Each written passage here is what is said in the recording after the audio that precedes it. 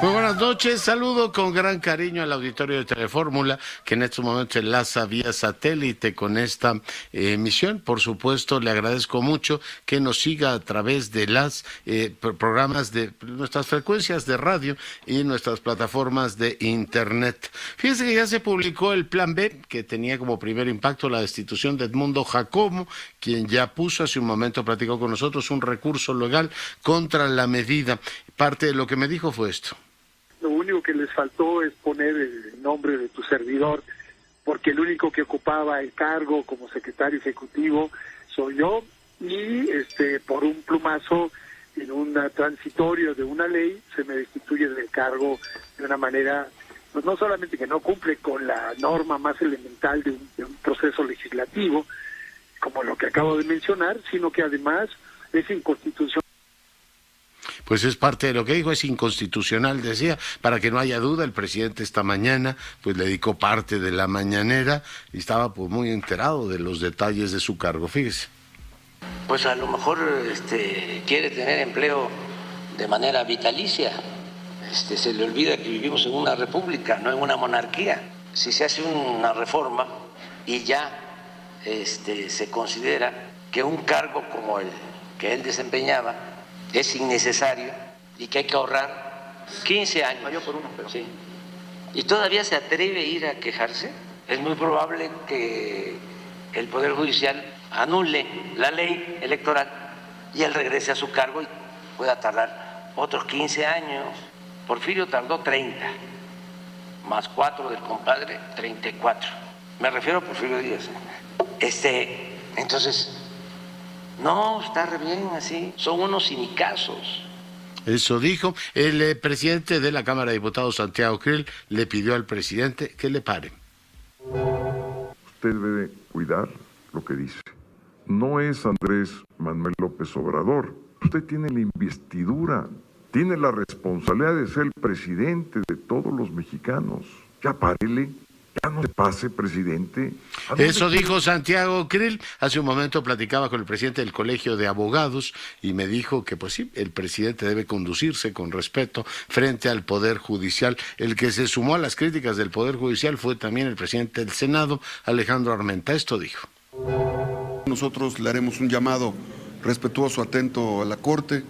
Como veo que están muy expeditos en temas de protección a delincuentes y a gente involucrada con García Luna, pues espero que también le dediquen tiempo a los temas que le preocupan a la nación.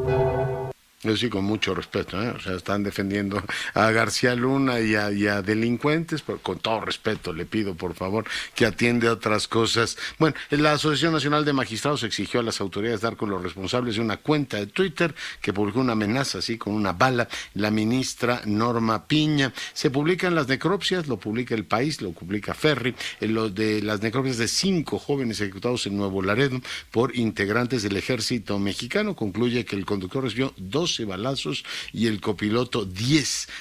Quiero decirle que Sedena anuncia que vincula proceso a 4 militares por esta masacre. En el plano internacional, Blinken y Lavrov se vieron después de un año de guerra allá en el G20 de la India. En un momento más vamos con ese tema. El canciller de la República estuvo ahí. Olaf Scholz pidió a China que no entregue armamento y que utilice su influencia para moderar el papel precisamente de Rusia. Por cierto, se va a reunir con Biden en Washington. Rusia acusa a Ucrania de un ataque terrorista en Briansk. Kiev lo niega totalmente. El presidente anuncia un plan antiinflacionario con varios países de América Latina. Empezarán con una reunión el 5 de abril. Vamos a una breve pausa. Regresamos en un instante.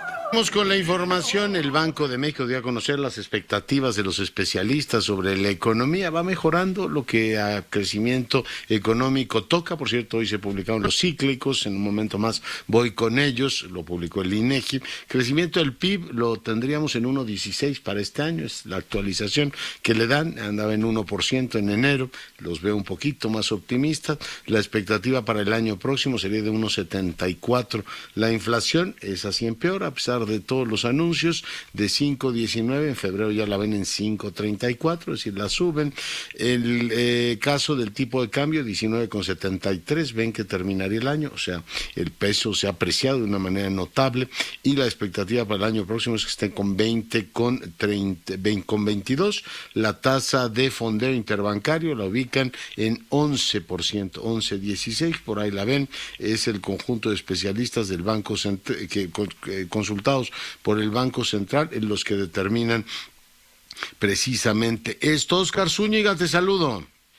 Gracias, Leonardo. ¿Qué tal? Muy buenas noches. Y precisamente el canciller Marcelo Ebrard hizo un llamado a los ministros de Relaciones Exteriores de las economías más grandes del mundo, del G20, que se encuentran reunidos en Nueva Delhi, India, para frenar el tráfico internacional de armas de fuego, por lo que el daño que producen en los pueblos como el de México, precisamente. El jefe de la diplomacia mexicana expresó que la lucha contra las cadenas internacionales de suministros de drogas ilícitas, incluido el fentanilo, requieren un marco de cooperación internacional para combatir desde la producción hasta el tráfico y las ganancias ilícitas. Señaló que México ha enfatizado la necesidad de combatir el tráfico ilegal, el desvío, la explotación no autorizada y el comercio ilícito de armas pequeñas y ligeras, y añadió que con mayor disponibilidad de armas hay también mayor posibilidad de terrorismo y violencia. Leonardo, el reporte.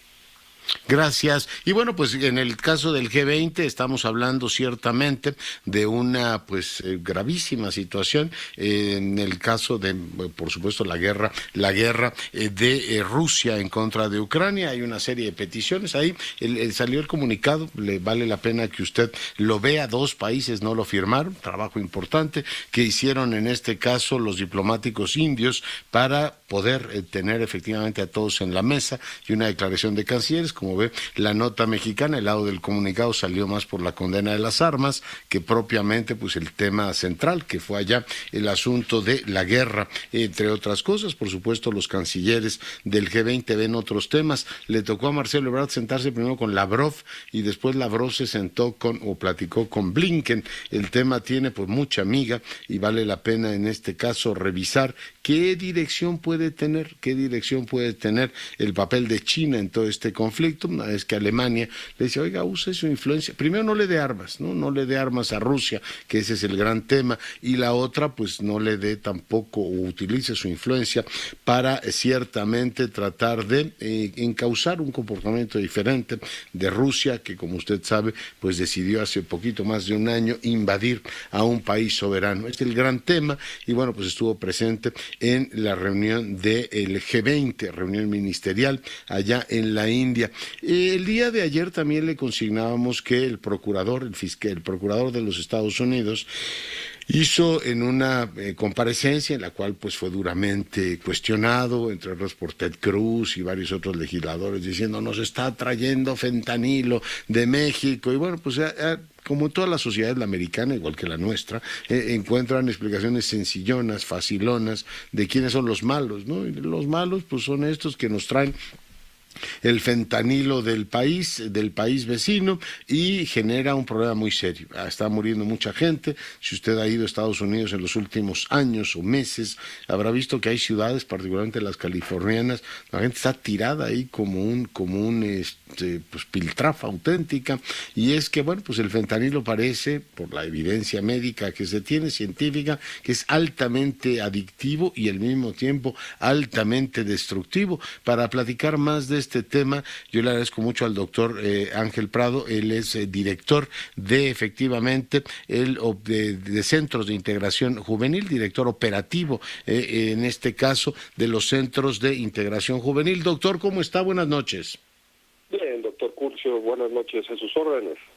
Oiga, ahí está el drama del fentanilo, discutiéndose en todas las esferas políticas, legislativas. ¿Por qué no nos ayuda a entender cuáles son los efectos que tiene esta droga, que ha venido efectivamente, ampliándose? Ya se habla de una especie de epidemia, estamos hablando de más de 100,000 muertos allá en los Estados Unidos. Doctor. Sí, con todo gusto. Mire, el fentanilo es un opioide sintético, muy parecido a otros opioides como la heroína, la morfina, pero mucho más potente. Es un analgésico muy potente que se produce de forma sintética. Y se considera que es alrededor de 50 veces más potente que la heroína y 100 veces más potente que la morfina. El problema es que no estamos hablando nada más solo de fentanilo, sino de una serie de fentanilos, como hay varios. algunas sustancias. Sí, el carfentanilo, que es todavía 50 veces más potente, a 100 veces más potente que el fentanilo per se. Son medicamentos o son sustancias que se utilizan, digamos, para los dardos, para dormir elefantes y este tipo de cosas, ¿no? Entonces opioides son analgésicos, son muy potentes, pero además de la potencia que tienen, producen rápidamente dependencia. Y esto evidentemente trae consecuencias nefastas. Ya. ¿Por qué o cómo tenemos, digamos, información, déjeme frasearlo así, de cómo inicia esta epidemia, cómo se va haciendo la gente adicto a un producto que podría ser muy bueno para reducir, mitigar dolores, pero que crea estos efectos devastadores a quien lo consuma? Correcto, mire, lo que está pasando es que existen, digamos, dos tipos de fentanilos, ¿no? El fentanilo que se produce de manera legal, que tiene el nombre comercial de Fentanest y otros nombres comerciales, y que se utiliza sobre todo como analgesia postquirúrgica, ¿no? Esto son medicamentos que funcionan de forma adecuada. Sin embargo, hay una gran producción de fentanilo de forma ilícita proveniente del Oriente, fundamentalmente de China. A México llega mucho fentanilo de China o precursores químicos. En México se produce y se pasa a los Estados Unidos. Entonces, actualmente lo que se está haciendo es que los cárteles mexicanos están, digamos, contaminando más las sustancias que tradicionalmente se vendían como la heroína con fentanilo. Hay estudios interesantes por parte del Instituto Nacional de Psiquiatría, por ejemplo, en donde el 95% de las muestras que recolectaron ellos de heroína en la frontera mexicana con Estados Unidos estaba contaminada con fentanilo. Vemos nosotros que el número de sobredosis está aumentando también en nuestro país, no solamente en Estados Unidos, nunca en las proporciones. Nosotros tenemos alrededor de 70,000 consumidores de drogas inyectadas, pero lo que estamos viendo es una contaminación importante de heroína. Y con ello pero además no solamente se está contaminando la heroína o se está mezclando la heroína con fentanilo, sino otras sustancias que son graves problemas de salud pública en México, como es drogas de tipo metanfetamínico como el cristal, ¿no? Ya. ¿El fentanilo se inyecta, doctor? Puede ser, sí, puede ser inyectado, puede ser consumido de forma oral en pastillas y puede ser incluso utilizado también, o puede ser en aerosoles, ¿no? Pero casi siempre se utiliza el polvo, se revuelve con otras sustancias como la heroína y se inyecta, ¿no? Esto es cómo funciona. Y vemos que hay gente que tradicionalmente en Estados Unidos era consumidora de heroína, luego empezó a consumir oxicodona y otro tipo de analgésicos. La dificultad para consumir después este tipo de medicamentos como la oxicodona, que son medicamentos que tuvieron un problema muy grave en Estados Unidos, y esa dificultad está haciendo también que estén girando hacia el consumo de fentanilo. En México no tenemos cifras adecuadas del consumo de fentanilo porque la gente no sabe que está consumiendo fentanilo. Nosotros en Centros de Integración Juvenil tenemos reporte de 22 personas solamente que han reportado consumo de fentanilo alguna vez en su vida. Sin embargo, estoy seguro que una gran cantidad de pacientes que nos están llegando también están consumiendo fentanilo, pero sin que ellos estén conscientes de esto. El consumo de oxicodona entiendo que está muy regulado en Estados Unidos y en México, o no sé si ya lo prohibieron o no. ¿Te predispone a que tu cuerpo te vaya pidiendo algo más fuerte y entonces caes en el fentanilo, doctor? Perdón que lo frase así, pero para tratar de entenderlo. ¿El consumo de qué, perdón? De oxicodona. El consumo de oxicodona, sí, bueno, hay gente que se hace dependiente de la oxicodona, su cuerpo los opioides actúan sobre receptores cerebrales. Esto quiere decir que nuestro cerebro produce también algunos opioides como las endorfinas y tenemos esos receptores. Cuando esos receptores son ocupados con sustancias como la oxicodona, se modifican y nos acostumbramos, nuestro cerebro se acostumbra a recibir esta sustancia. Y cuando se dificulta por acciones de tipo legal la obtención de este tipo de medicamentos, entonces la gente busca otro opioide para sustituir y evitar los síndromes de supresión y la angustia y la ansiedad que provoca la descontinuación del consumo de estas sustancias. ¿Por qué es tan adictivo el fentanilo y por qué es tan letal, doctor?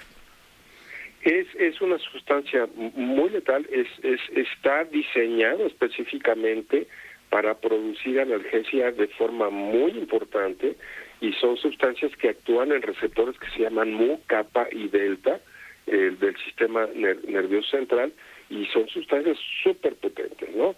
Súper potentes, y es muy letal porque la gente que está tradicionalmente no sabe cuánto está consumiendo de fentanilo. Entonces, esto hace que la gente consuma de más, siendo un medicamento tan potente, la gente va a consumir más de lo que tradicionalmente estaba consumiendo de otros opioides y va a caer en problemas de sobredosis.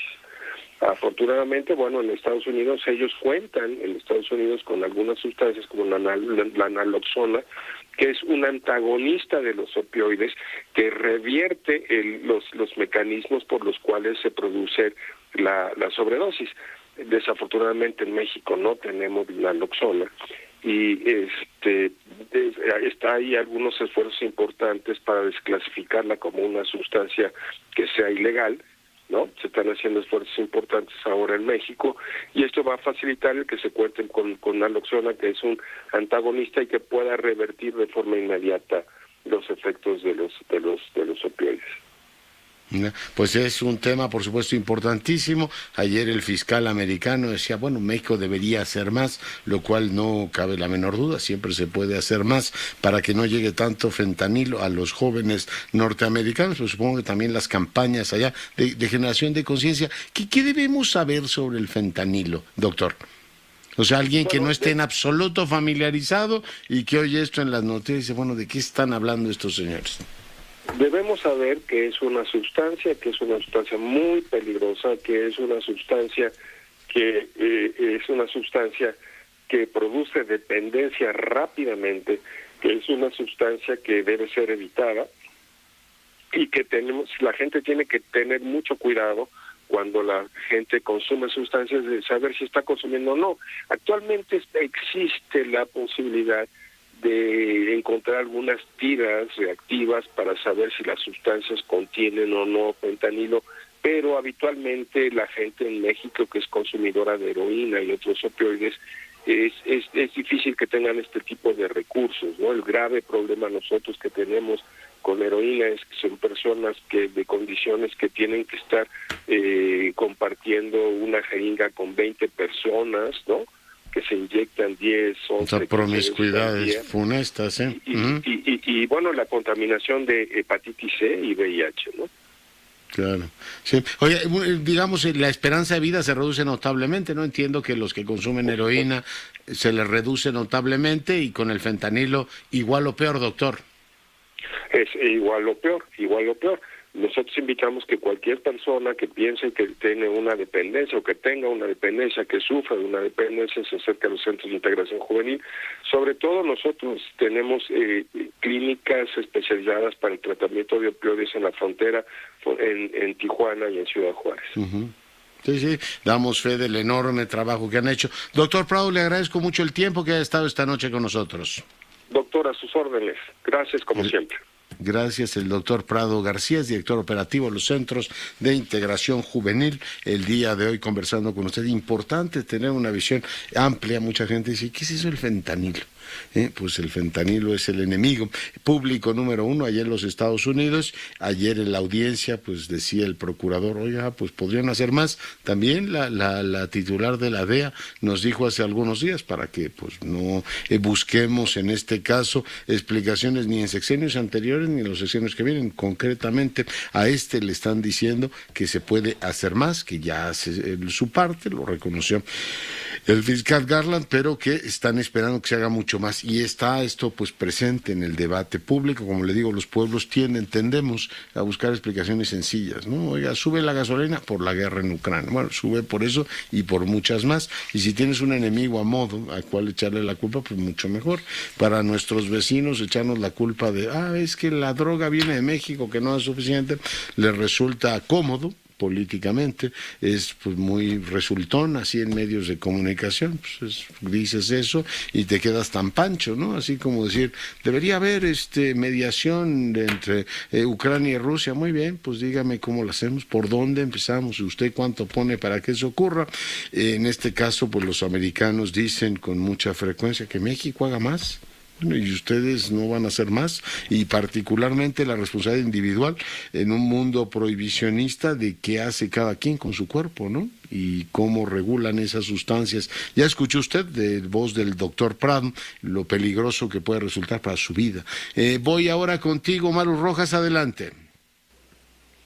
Hoy aquí en el Palacio Legislativo de San Lázaro, doctor, estuvo el presidente nacional de Morena, Mario Delgado, vino acompañando a la profesora candidata para el Estado de México y dijo, es momento que los morenistas se ensucien los zapatos y vayan con Delfina Gómez a cada uno de los municipios que ella recorre, que se involucren más en esa campaña. Le preguntamos sobre el plan B y lo que va a suceder ahora que es materia en la Suprema Corte de Justicia de la Nación. Ellos están confiados en Morena, aseguran que el plan B va y no se va a tocar.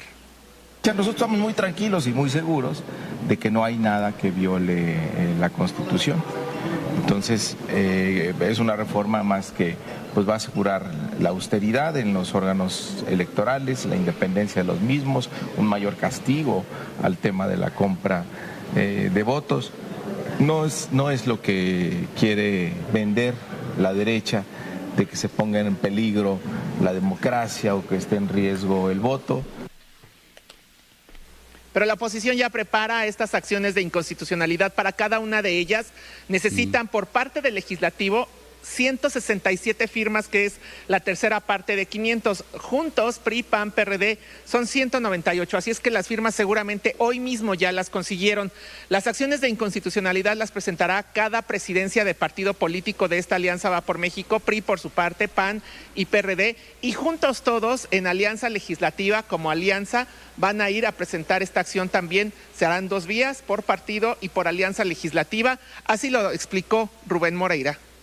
La Corte tiene una misión histórica que va seguramente a sortear bien y tendremos una resolución apegada a derecho. Nosotros tenemos confianza en las ministras y los ministros. Pero por supuesto que sí va a proceder que sea inconstitucional el plan B, es lo que dice el coordinador de los perredistas, Luis Cházaro.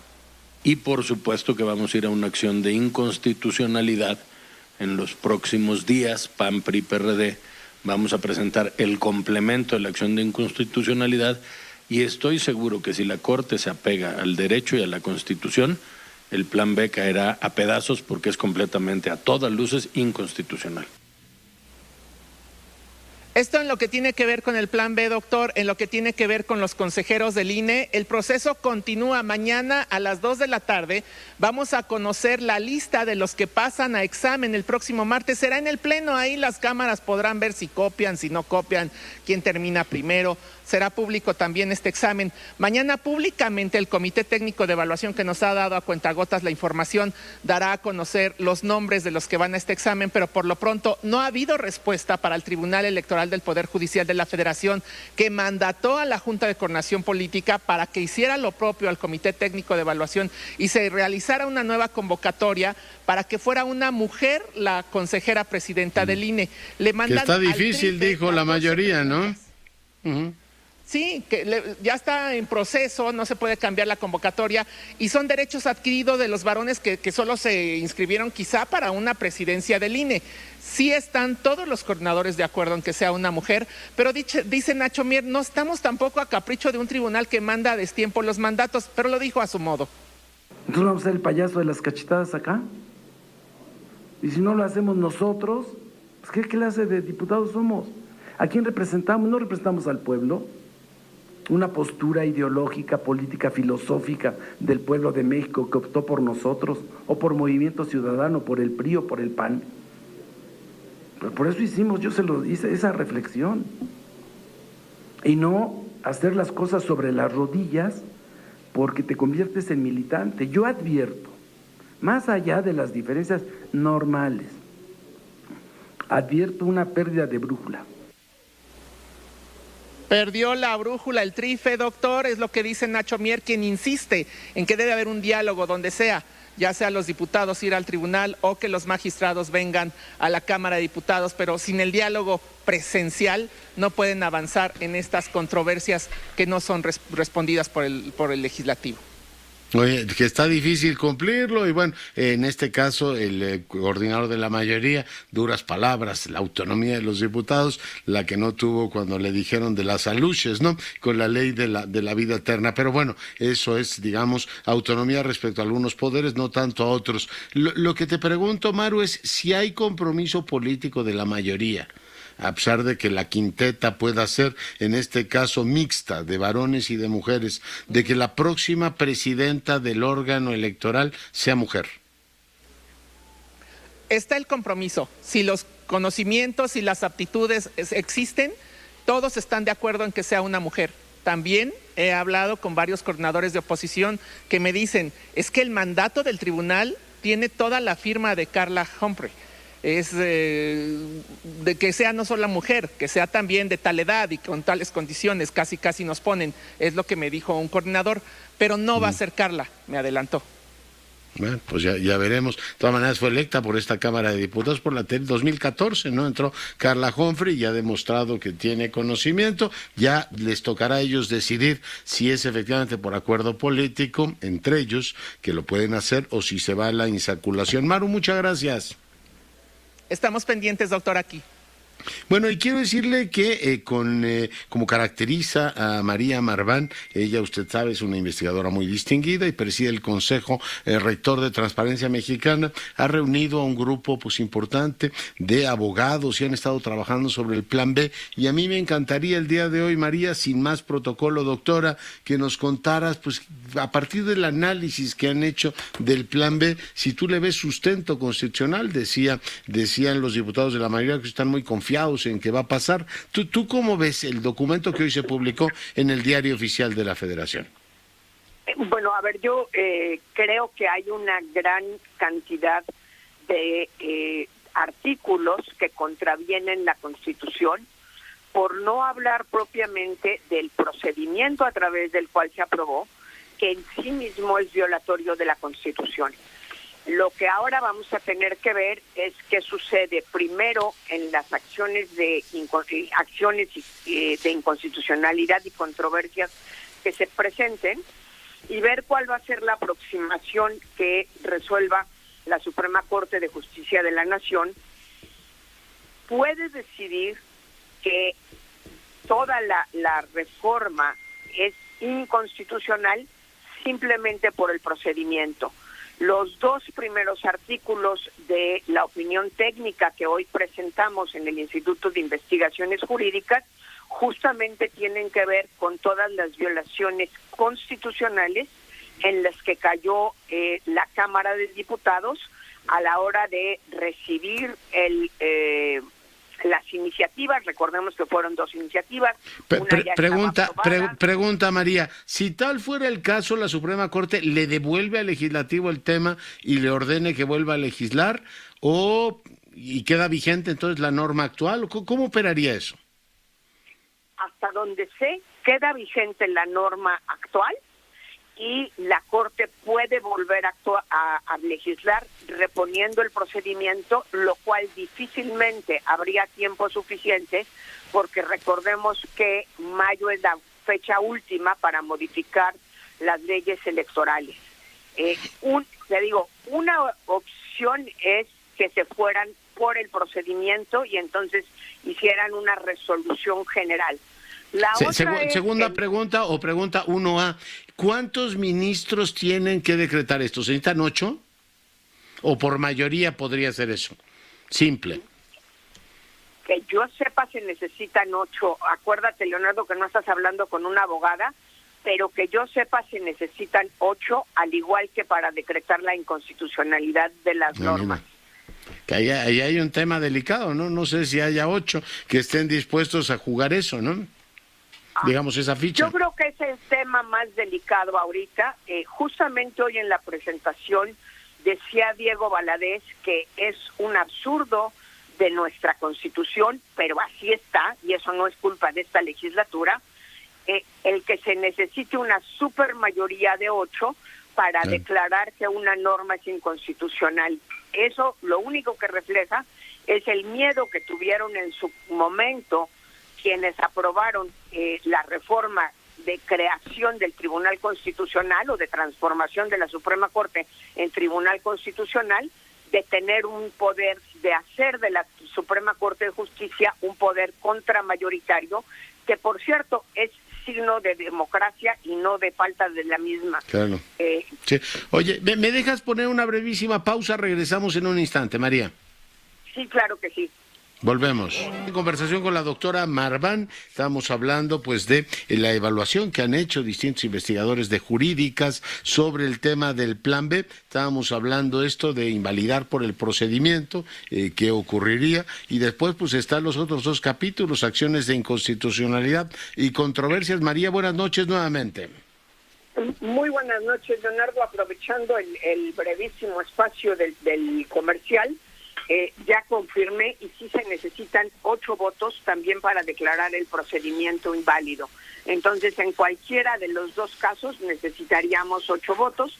La diferencia es que en el caso del procedimiento sería toda la reforma in toto, digamos, y en el caso de entrar al fondo sería artículo por artículo, porque a pesar de las muchísimas violaciones al texto constitucional, pues desde luego también hay artículos que no están contraviniendo el texto constitucional. Ya, oye, pues vamos a ver, ¿esto lo determina, es potestad de la Suprema Corte determinar por dónde va, o cada uno de los actores que impugna utiliza un camino u otro? María. A ver, es potestad de los que impugnan decidir qué impugnan. Y cada quien puede, como dicen los abogados, enderezar la impugnación aludiendo a unas cosas o a otras. Quiero suponer que quienes presenten una impugnación se dolerán tanto del procedimiento como de las normas específicas. Y es potestad de la ministra o el ministro ponente decidir cómo le entra y qué importancia le da o no al procedimiento. Se presenta frente al Pleno y hay que conseguir 8 votos a favor del proyecto, lo cual es una supermayoría. Sí, es una supermayoría y veremos si efectivamente se tiene eso. ¿Qué otros temas interesantes se encontraron, digamos, en el paquete? Pues ha habido, ya está, digamos, en este caso, promulgado, está en el Diario Oficial de la Federación, ha habido mucha conversación. Hace un ratito hablábamos del caso del transitorio que invalidó el cargo de Edmundo Jacobo, pero ¿qué otros temas relevantes discutieron, María? Mira, un tema que es muy relevante es el regreso del Poder Ejecutivo en la manipulación del padrón.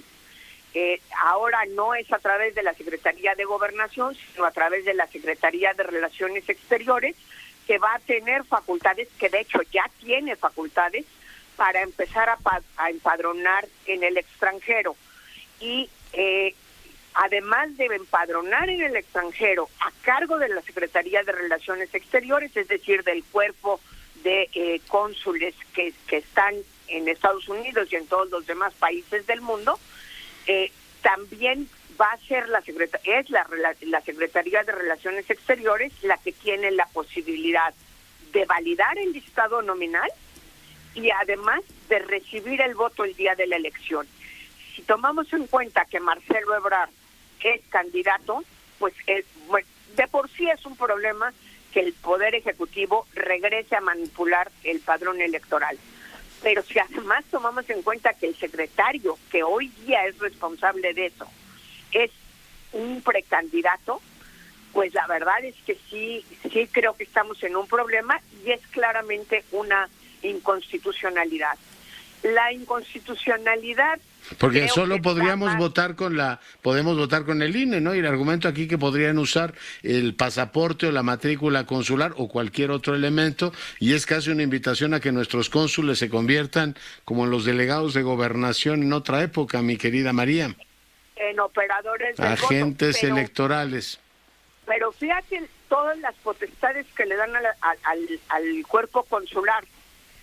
Pueden aceptar el pasaporte como identificación para votar, aun cuando no estén en la lista nominal. Pueden empadronar y pueden recibir el voto, y todavía no nos dicen muy claramente cómo se van a contar los votos en cada uno de los consulados.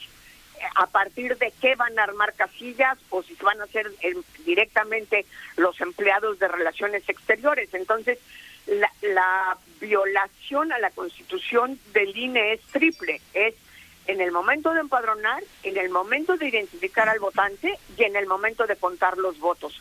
Más parecido a lo que hacía la Secretaría de Gobernación en los tiempos de Bartlett no puede ser, ¿no? Entonces, no. Oye, y además déjame romper una lanza por la función consular nobilísima de este país, porque mira que la gente ha trabajado por atender a millones de mexicanos. Ahora darles este perfil sí me parece cuando menos riesgoso, además de claramente inconstitucional. Me encantaría saber qué opinaría Morena si otro partido estuviera proponiendo eso, ¿no? A ver, pues vamos a votar sin credencial electoral y que vengan. Me acuerdo los líos que armaban en las casillas estas especiales. ¿Qué otro punto particular comentas con el auditorio que nos escucha y ve en todo el país, María? Mira, de los puntos que me parecen más complicados y a lo mejor no tan fáciles de explicar es la destrucción, porque no hay otra palabra, del servicio profesional electoral. A las 5 personas de servicio profesional electoral que están en cada uno de los 300 distritos, es decir, 1,500 personas, ya hoy tiene que estar viendo el INE el proceso para correrlas, para acabar el procedimiento en mayo de acuerdo a los transitorios.